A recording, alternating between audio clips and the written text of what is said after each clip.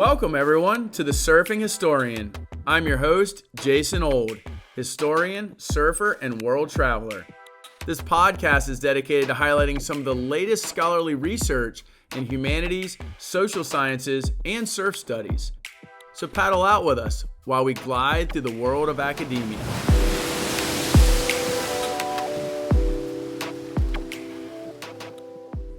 Joining me today from Minnesota is fellow surf historian Dr. Scott Laderman. Scott's a professor of modern United States history at the University of Minnesota in Duluth, and his work broadly explores the various ways that Americans have encountered and ascribed meaning to the rest of the world. His most recent book, Empire and Waves, A Political History of Surfing, which was published in 2014, combines the passion for wave riding he developed while growing up in California with his professional interest in the history of U.S. foreign relations. Scott teaches courses in 19th and 20th century U.S. history, focusing especially on the global United States and the politics of popular culture.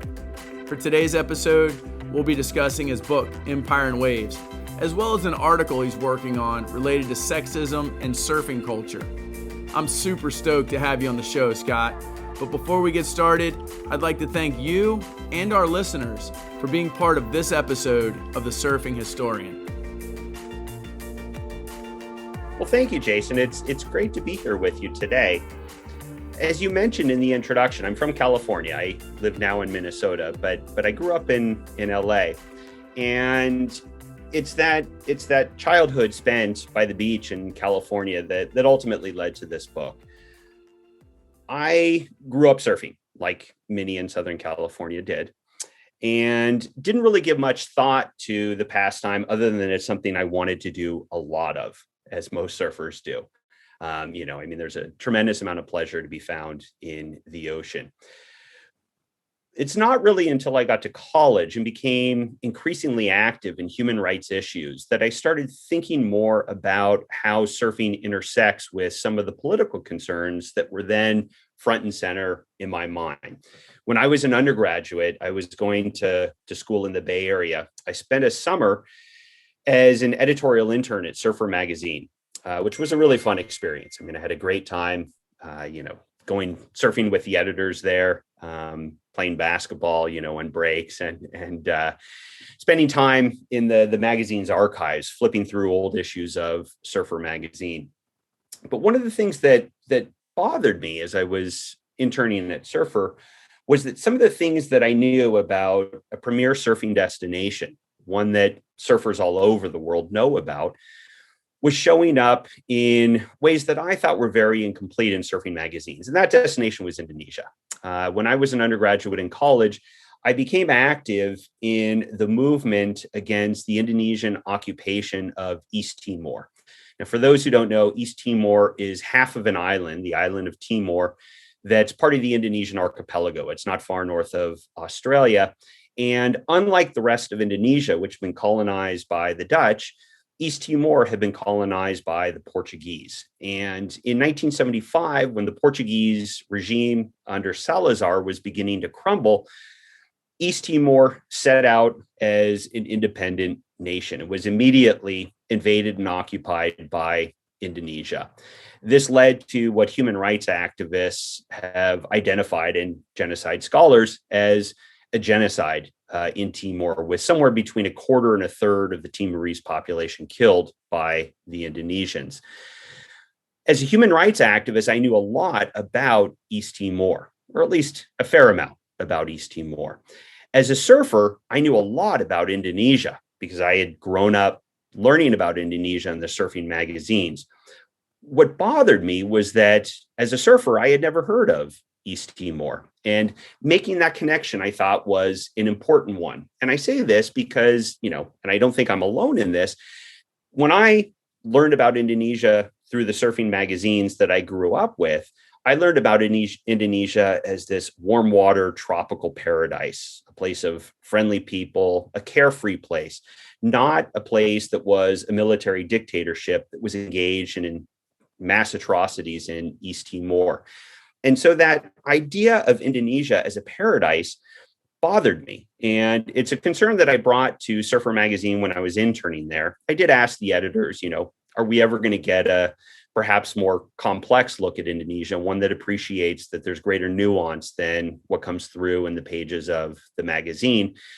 And, they, I think, were willing to hear me out, but nothing really ever happened. And it did bother me. Well, a few years later, after I had finished my internship at Surfer, two Timorese won the Nobel Peace Prize. And I thought this was a great opportunity then perhaps to revisit the issue of Indonesia in the pages of Surfer magazine. And so I got in touch with the editors and said, hey, you probably saw this in the newspaper. These two Timorese just won the Nobel Peace Prize. How about if I write something up a little bit more complex than what's come through in the pages of the magazine thus far? And they said, sure, go ahead. And I took this very seriously. I wrote an article that I thought was a pretty decent article. I interviewed a number of activists. I got into the background. I reached out to the Indonesian consulate in San Francisco, which is where I was living at the time, trying to interview them. They never responded. But I took this issue very seriously. And I wrote an article that tried to be very fair, but also not to sugarcoat the horror that was taking place in Indonesia and in East Timor, and submitted it to the magazine, and then they never ran it. And that bothered me. And, it's possible I wrote just a really bad article. I didn't think so, though. It seemed to me like it was speaking to something larger, which was this idea of the surfing imagination around Indonesia, that Indonesia was important to surfers as a global surf destination, as a warm water paradise. And anything that might complicate that view was something that was forbidden within that broader surfing imagination. And so that's an idea that sort of a seed that was planted in my mind that I didn't really run with at the time, but that just, began to, was germinating there for a number of years. I went to graduate school. I got a job as a historian at the University of Minnesota, Duluth. And after I published my first book, which was a book on tourism and memory in post-colonial Vietnam, I thought maybe I'd write a book on surfing. Most of the work that I did involved U.S. foreign relations, and in particular, cultural aspects of the history of American foreign relations. And it seemed to me, in thinking about surfing, that there were a number of ways that surfing intersected with those professional concerns that I had. So I returned to this. And, for those who've read the book know, one of the chapters in the book deals with precisely that issue that I outlined, which is surfers' discovery of Indonesia and the way that Indonesia has been constructed in the surfing imagination. And so that's really how Empire and Waves came about. This childhood spent surfing, something that I've, continued to do throughout my life. And the combination of that with my professional life as a historian, and the way that those two things intersect. Well, I know you said for those who've read the book, and that would include myself, I really, really enjoyed this book. And I like how you approached it in sort of a case study style of sorts. And so, of course, you talked a lot about Indonesia and what compelled you to write this book. But, for the folks that haven't read the book, there's a lot of other countries and places, of course, that you talk about in your book. And for example, Hawaii, South Africa, Vietnam, and there's a whole host of other ones. And so what compelled you to choose the countries and places, right? Because Hawaii being part of the United States, what compelled you to pick those specific places? Well, I wanted to, as someone who looked at the history of American foreign relations, I was very interested in the ways that surfing has found itself imbued in global politics beginning in the 19th century, but especially in the 20th century. And in thinking about the history of surfing, as surfers know, when we think about modern surfing has its origins in Hawaii.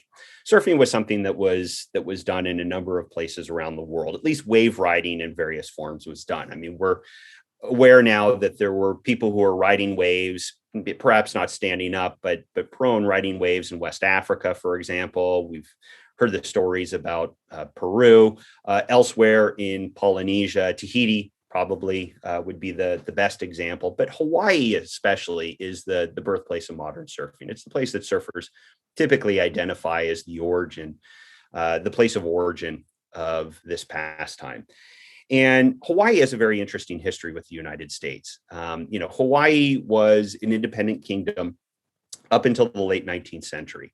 And it's a long and complicated and important and fascinating history of how it is that the United States acquired Hawaii. But suffice it to say, it was not done willingly it was not something that was agreed to by the native Hawaiian people. There was a coup against the Hawaiian monarchy in 1893 that was sponsored by a number of business elites, most of them Americans, in Honolulu, that overthrew the Hawaiian monarchy. And then in 1898, the United States annexed Hawaii, effectively colonized Hawaii, making it part of the United States. And so when Hawaii was incorporated into the United States, surfing, this Hawaiian pastime, effectively became American. And so surfing at that point had been strictly something done, by the late 19th century in Hawaii. But in the early 20th century, you had a couple of Hawaiians who undertook global travels that began to globalize this sport. The two most notable of these were George Freeth, a name not as well known in the surfing community, well known for people who, paid particular attention to surf history. Certainly not as well known as the other significant figure who helped to globalize the sport, which was Duke Kahanamoku. George Freeth was in many ways responsible for the birth of California beach culture. He came to California in the first decade of the 20th century. So when George Freeth came to California, there were a couple of things that he did that were significant. One was he put on surfing demonstrations in Venice Beach and Redondo Beach, where he was employed by two developers in the area. In Venice, it was Abbott Kinney, who helped to develop Venice Beach as a sort of a simulacrum of Venice in Italy. And then Henry Huntington, who was responsible for the development of the Redondo Beach area, and a very well-known figure in Southern California. There's the Huntington Library in San Marino. There's Huntington Beach in Orange County. This is a name that carries some water there.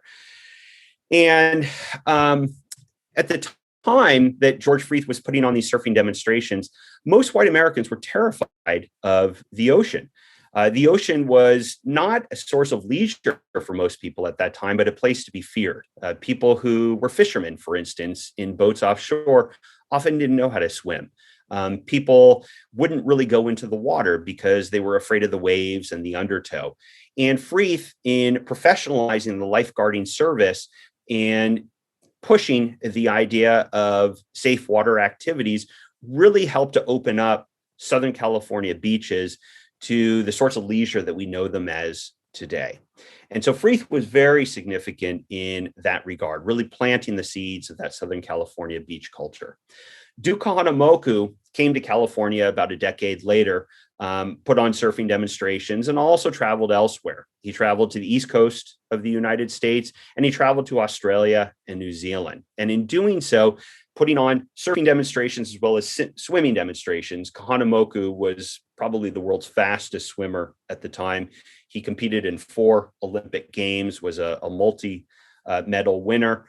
Someone who, when he set swimming world records, didn't just shave off a half a second from the previous record time, but multiple seconds. I mean, someone who was an extraordinarily fast swimmer, put on these demonstrations, both swimming and surfing, and helping in doing so to plant the seeds of a more global surf culture. Most significant there, I think, would be Australia, which emerged as one of the major axes of global surf culture by the second half of the 20th century. And so Hawaii, for me, was an important piece of this story because it's a place that had been subject to U.S. colonization, and it's the reason that surfing became this American pastime. As we get into the post-World War II period, surfing at this point becomes a form of mass popular culture. Certainly hundreds of thousands of people have taken up this pastime in a number of places around the world. The United States, Australia, but increasingly South Africa.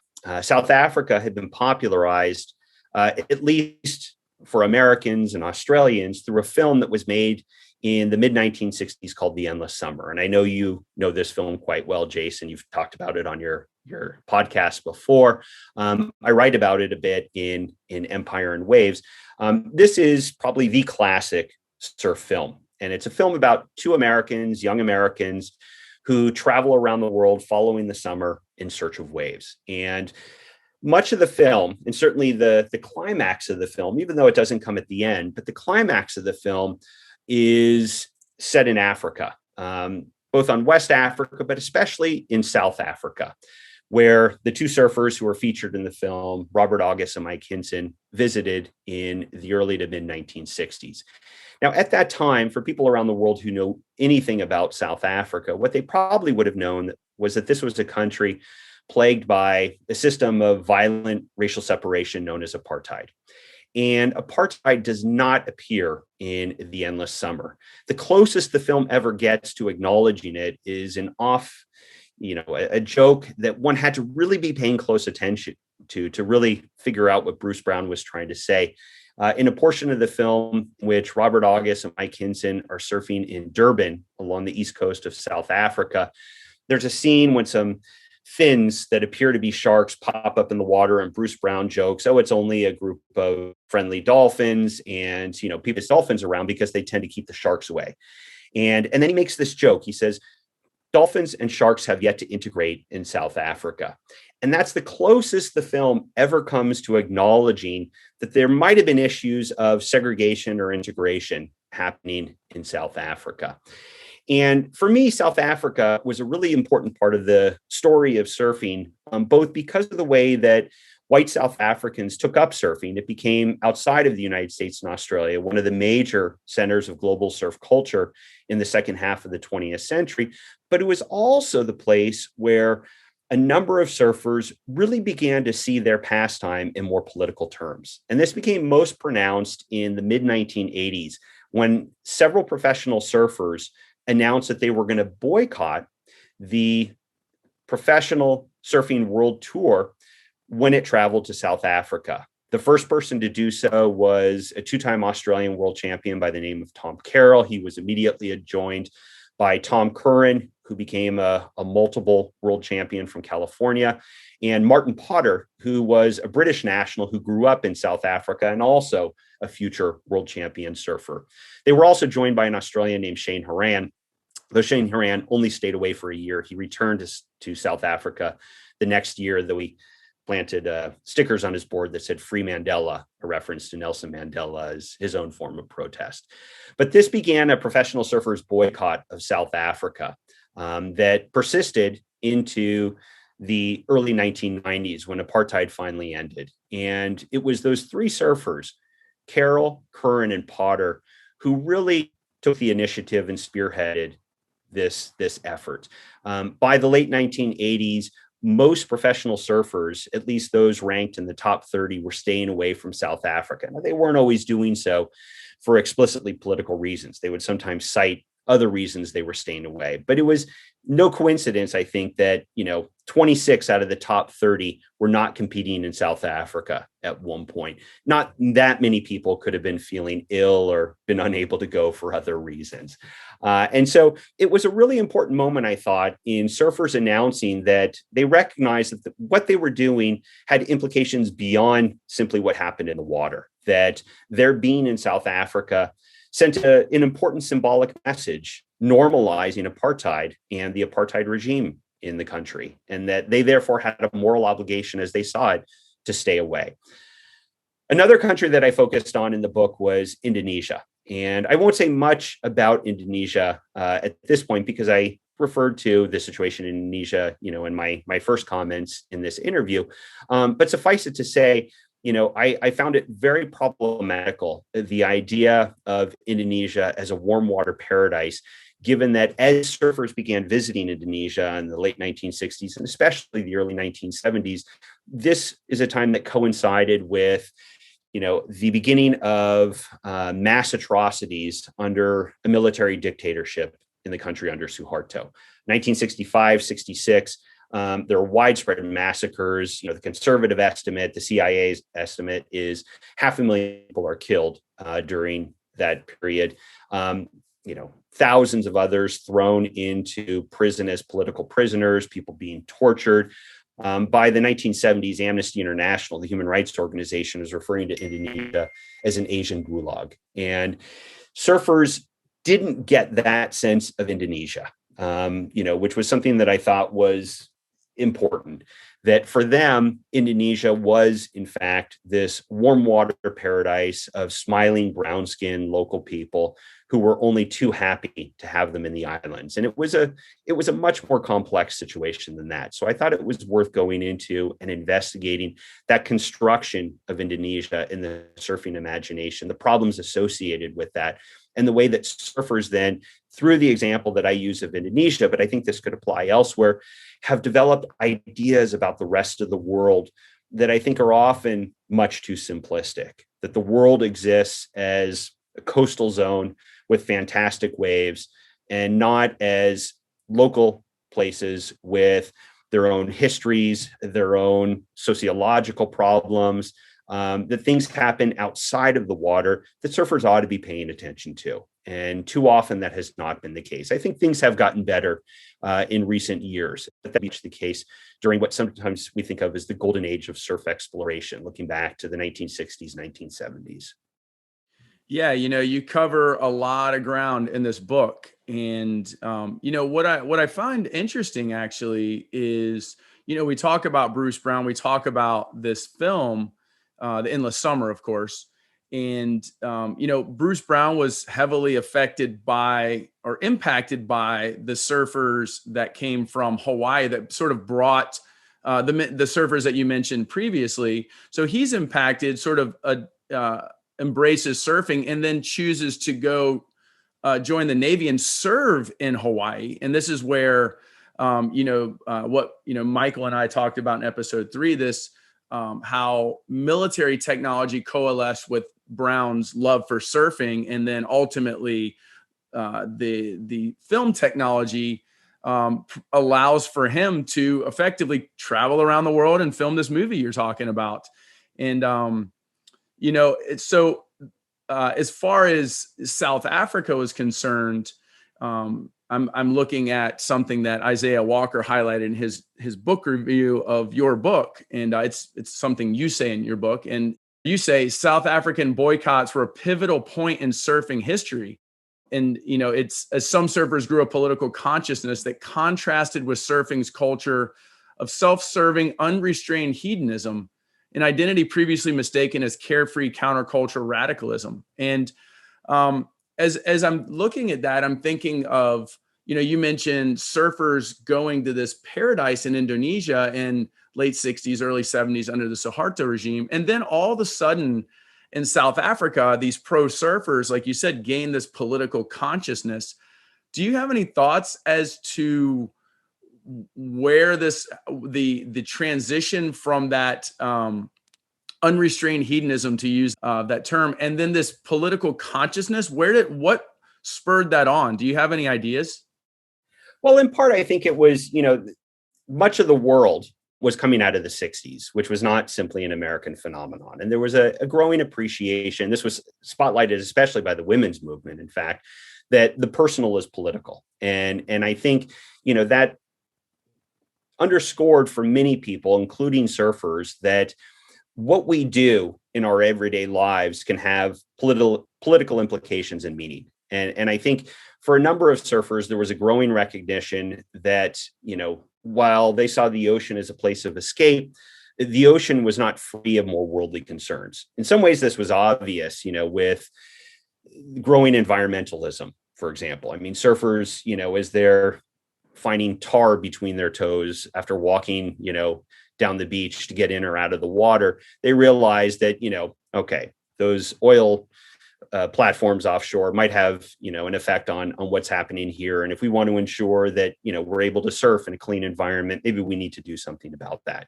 Not enough of them did, but nevertheless, there was at least some recognition that, that what they did was not purely an escape from the modern world, that the modern world did infringe on this pastime.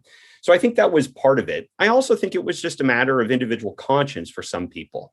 I interviewed Tom Carroll, I interviewed Tom Curran, I interviewed Martin Potter, and for all of them, these three people who spearheaded the boycott of South Africa, they didn't see themselves doing what they were doing for political reasons. They just thought that this was a matter of moral responsibility. They did not want to see themselves as political actors. In fact, there was this, it seemed to be, a real, that they were insistent that what they were doing was not political. It was really just driven by individual humanitarian concerns, that they had witnessed things that deeply troubled them during their time in South Africa. Of course, Martin Potter grew up there, so he was most familiar with this, but Tom Carroll, Tom Curran both traveled there and were really bothered by the things that they saw.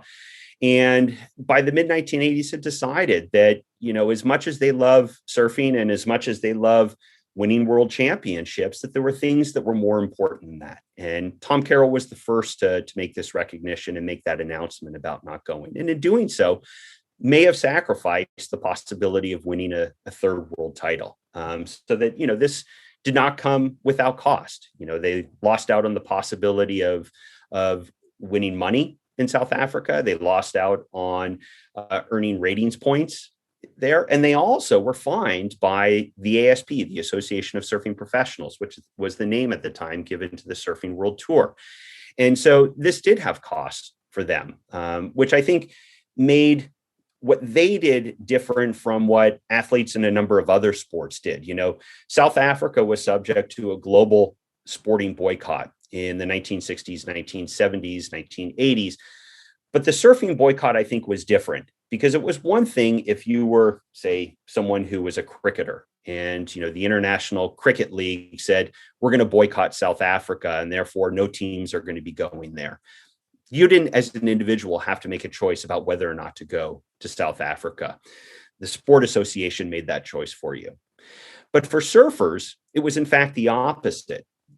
They were told by the ASP that they are not going to boycott South Africa, and that if any individuals elect to do so, they're in fact going to be fined by professional surfing. And so they had to make that individual choice, which I think speaks very highly to the character of surfers, at the same time that surfers in popular culture were taking something of a beating. I mean, if you've ever seen Fast Times at Ridgemont High, for example, the Jeff Spicoli character, who was meant to be, the prototypical surfer in the 1980s. Jeff Spicoli, it's hard to imagine Jeff Spicoli boycotting South Africa at that time. But the world's leading surfers were doing so. And I thought that then was a high point in the history of surfing, when, the world's best surfers decided that there were things more important than riding and catching waves and winning contests. Yeah, thanks for that explanation. I'm looking at another book review from Hillary Friedman. She's from the Department of American Studies at Brown University. And she says, over the course of 5 chapters, referring to your book, along with an introduction and epilogue, Laderman takes the reader around the world to show how surfing and politics have become intertwined over the past century, first in the United States and then around the world. And so, you've really given us a bit of a tour around the world.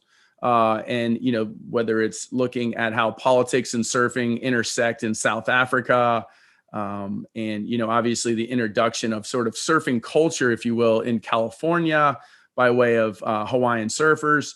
But there's another chapter in your book that, I found extremely interesting, and that's the one on Vietnam.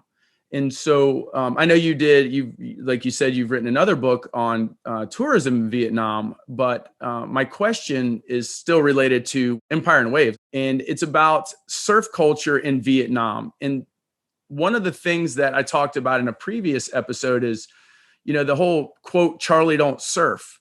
And so it's this question for you is kind of, it's sort of multifaceted, I guess you might say, my question is, was there a surfing culture in Vietnam during the Vietnam War? And what was the where does the Charlie don't surf quote come from?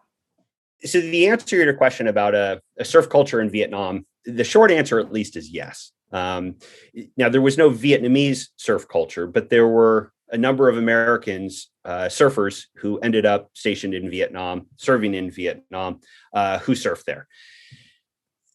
when you think about, the population of the United States, California is the largest state in the nation, and a disproportionate number of Californians then ended up surfing in Vietnam, and many Californians surfed. So it's not surprising that a number of surfers ended up there. Now, obviously, surfing was not something that was central to the wartime experience of Americans.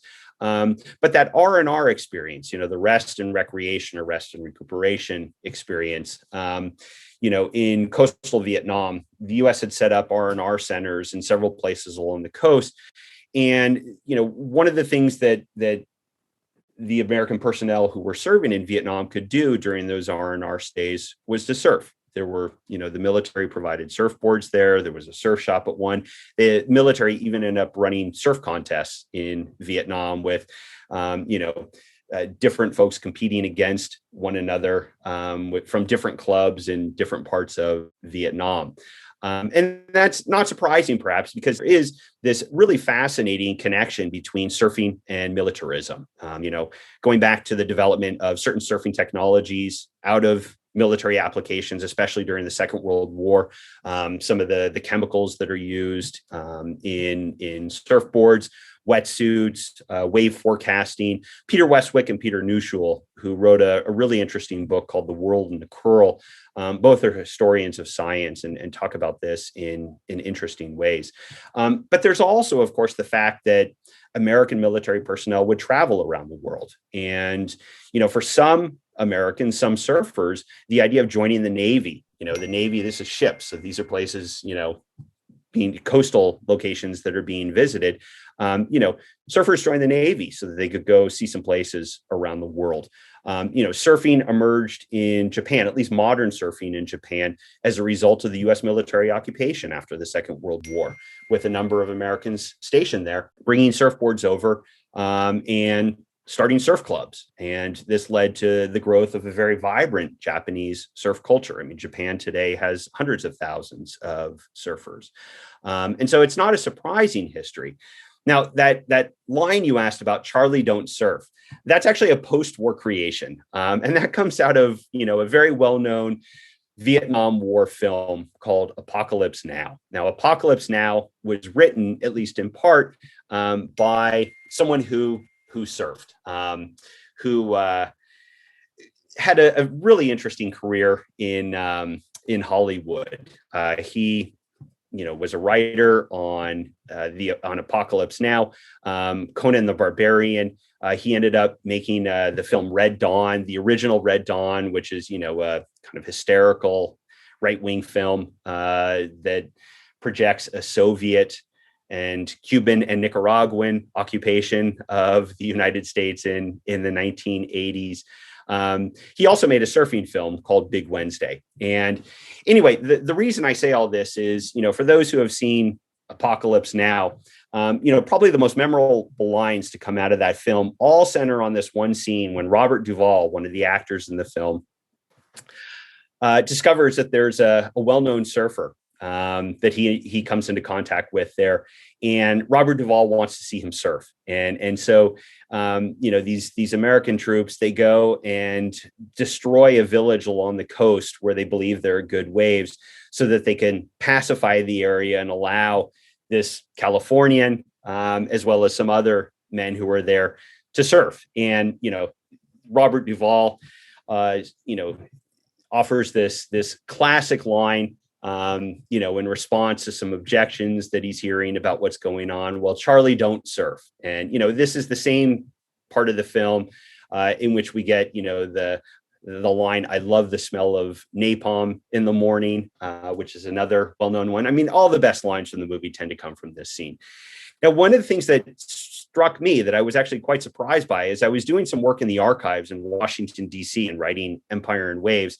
I came across a document in the National Archives that suggested that, in fact, the idea that Charlie Don't Surf may not be accurate. There was a U.S. military intelligence report that I stumbled upon that said that members of the National Liberation Front, these were the Southern insurgents in Vietnam fighting against the United States and the regime in Saigon that the Americans were propping up, that they were using wooden surfboards to move between the mainland of Vietnam and an offshore island.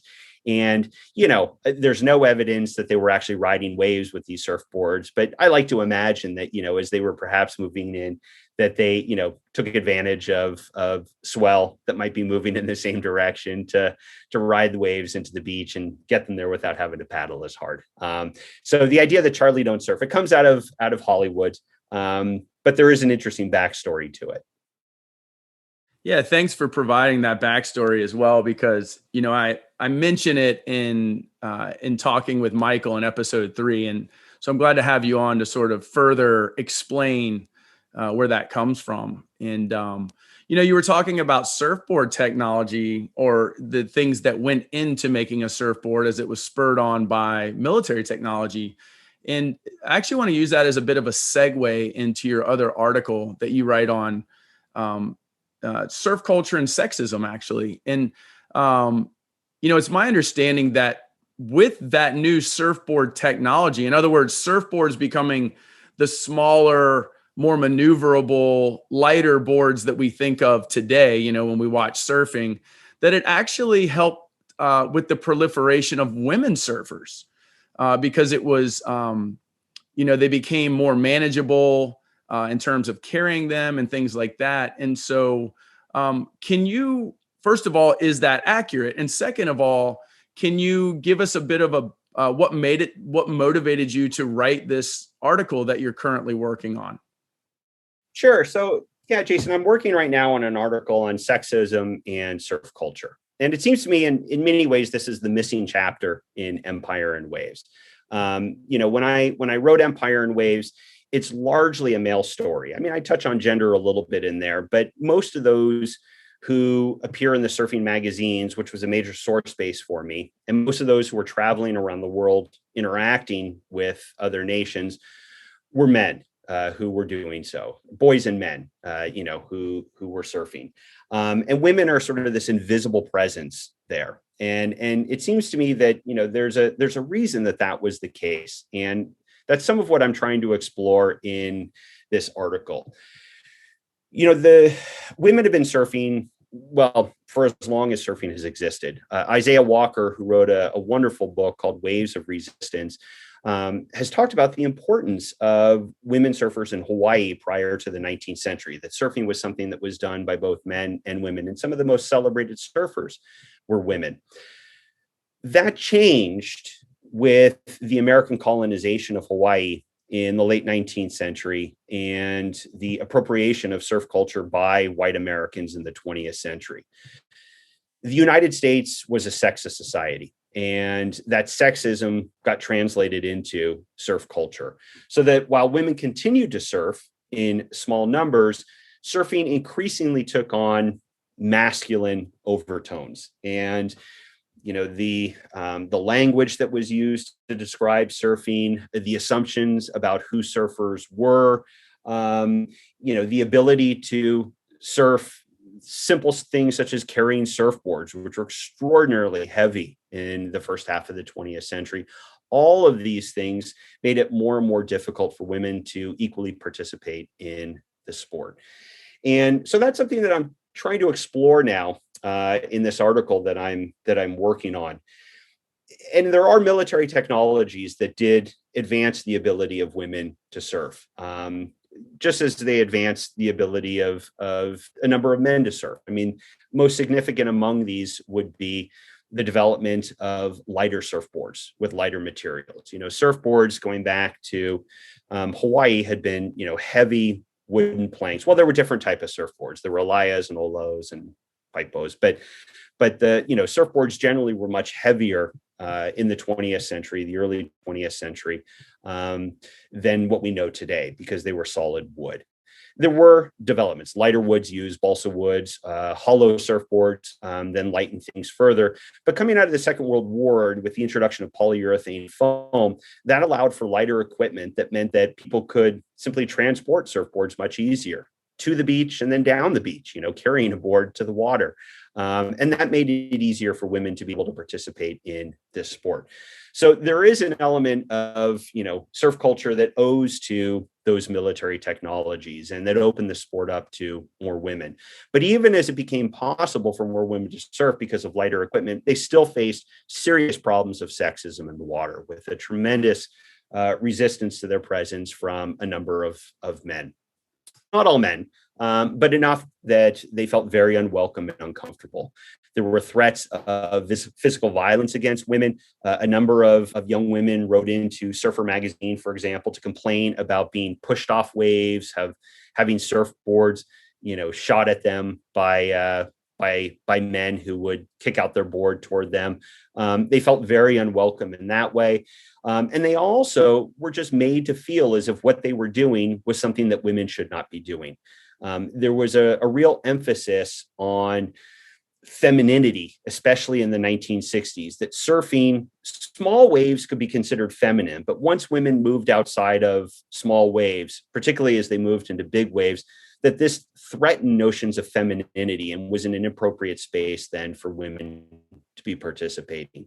And that's something that proved to be a big problem. And by the way, I should mention, while it was mostly men who were giving women a hard time, there was a lot of self-policing going on among surfing women too, who either felt compelled to make these arguments, felt that might be necessary for their own acceptance in the water, or internalized those ideas. And it's not always clear which is which, but there were some interesting dynamics at play in the 1960s that made it challenging for women to be able to fully and equally participate in this sport.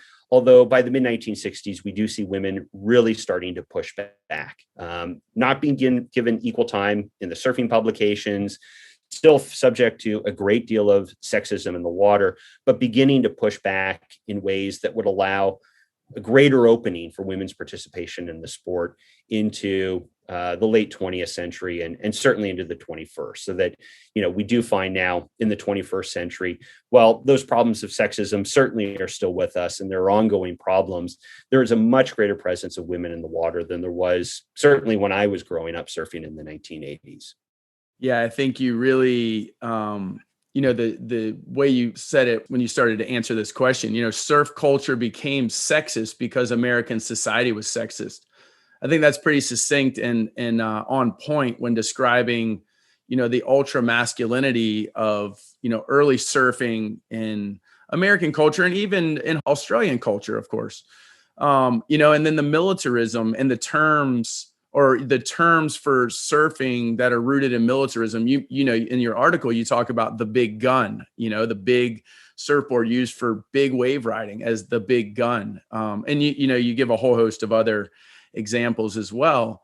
And, and you also say that this is the missing chapter of Empire and Waves. And so my question, I guess, is how much of the research for this from your book went into this article? And the reason I ask that is because, I noticed that you draw a lot from, like you said, Isaiah Walker's Waves of Resistance. And so particularly when we talk about the significance of women in surfing in Hawaii historically. And so how much of this research went into this article? Well, for pre-20th century Hawaii, there's no one who knows more than Isaiah Walker. He is the expert on these things. He's done the research in Hawaiian language sources, in oral traditions, and others, and he knows this material. And so, for the period prior to the 20th century, I rely heavily on Walker. In getting to the 20th century, and especially the 1950s, 60s, 70s, which is when we really start to see these issues heating up, that's material that I found as I was doing the research for Empire and Waves. When I was researching Empire and Waves, doing work in surf history, as you know, Jason, is a challenge, right? There aren't big surfing archives out there where we can go and find all the materials that we might need. There's no surfing archives in the same way that there's the U.S. National Archives if you're doing work in American foreign relations history, for example, or the different presidential libraries. And so we have to be a little bit more creative. And one of the source bases that I relied on in writing my book and in working on this article now is the decades of surfing publications, which, when I grew up looking through the surfing magazines, thumbing through them, for me, it was about the pictures, right? I mean, that is what makes the surfing publications. And those pictures tell important stories, right? But there's also the textual material. I may not have been reading as much, the travel logs that accompanied these fantastic photographs of empty reef breaks in Indonesia. But as a historian going back and trying to piece together what was happening at the time, those words were important. And so going back through decades of surfing publications and, reading letters that people wrote in, many of, the complaints that women were making were things that appeared in the letters, often with, really sexist, sarcastic rebuttals by the editors of the magazines, reading the very infrequent articles on, the role of women in surfing. Now, in Australia, it was a little bit different in the 1960s. And this was actually something that surprised me because I often associate Australian surf culture with hypermasculinity and sexism. And certainly by the 1970s, we see a lot of evidence of this, but I haven't seen as much evidence of it in the 60s. I suspect it was there, but it just wasn't showing up in the magazines. In the Australian surf press in the 1960s, though, there is more respectful treatment of women. There was actually a female surfer, Pearl Turton, who had a regular column in an Australian magazine called Surf About, on women surfing. And that's something that was, unheard of in American surfing publications. And so going back to the decades of surfing publications, these proved a really important source for me. This is about the closest thing that we have to a surfing archive. There is, the Surfing Heritage and Culture Center. It was known as the Surfing Heritage Foundation when I was doing my research there, but now the Surfing Heritage and Culture Center, which is a really important institution, does maintain a small documentary archive. I found correspondence between Bruce Brown and some South Africans, for example, about the Endless Summer in those archives. But it also maintains an extensive library of surfing publications. And so I spent a lot of time in that library poring through years and years of surfing publications, with things, some of the things made it into Empire and Waves, others didn't. And that gender piece didn't make it into Empire and Waves, but I had all that research done and, figured, okay, I've got to put this now into an article and write that up. So I didn't have to go back and do, new original research in materials from the 1960s, 70s. I had that stuff already, but certainly in bringing this up to the present, there's more that I want to be working on from the 21st century and hope to be able to dive into. Scott, I'm so glad that you want to, fill that missing piece of Empire and Waves and sort of look at the gendered history of surfing. And, I enjoyed the article. And as I've said, I enjoyed the book. And, really, there's not a lot of surf historians out there, as we've talked about before. And so I'm really grateful to have you on the show. And with that, I want to go ahead and give you the last word. Well, thank you. I appreciate that, Jason. It's really wonderful to be here. And I will say, in thinking about developments that we see in surf culture, one of the most significant ones, I think, is the growing number of professional scholars who are examining different facets of the surfing experience. As you said, there are a handful of us who are historians doing work in this area, which I think is great. It is exciting being part of this small coterie of people who are doing work in the area. But we also have many people who are doing work in other elements of surf culture. Some of this is social scientific research in sociology. We have people who look at surfing in literature, surfing in gender studies, surfing in indigenous studies. And then we have a large number of people who are doing work in surf tourism and various facets of surf tourism. I know, for example, you've had Leon Mocken here, and Leon does fantastic work on sustainability and surf tourism. Jess Ponting in San Diego is another. There are people all over the world doing work in this area. So I'm really encouraged by the way that we see surfing being taken now as much more than a mindless pastime, but as a subject worthy of serious investigation by people who are trained to examine this pastime in really important ways and a multitude of disciplinary ways. And so I'm hopeful about the future of surfing and about the health of surf culture. If you enjoyed this Around the World Surfing History with Dr. Scott Laderman, I'd like to invite you to join me for my next episode where I travel, albeit virtually, to the land down under to chat with my friends Dr. Javier Leon and Dr. Ana Manero, two researchers in geography and environmental management. I'll be interviewing them about the importance of surfing economics, or what they call surfonomics, as an emerging discipline. During this episode, we'll talk about their economic valuation of the Noosa World Surfing Reserve on Queensland's Sunshine Coast. Be sure to join us for this informative episode. This has been another episode of The Surfing Historian. I'm your host, Jason Old. Be sure to share, like, and subscribe to never miss an episode. Again, thanks for listening, and until next time, stay stoked.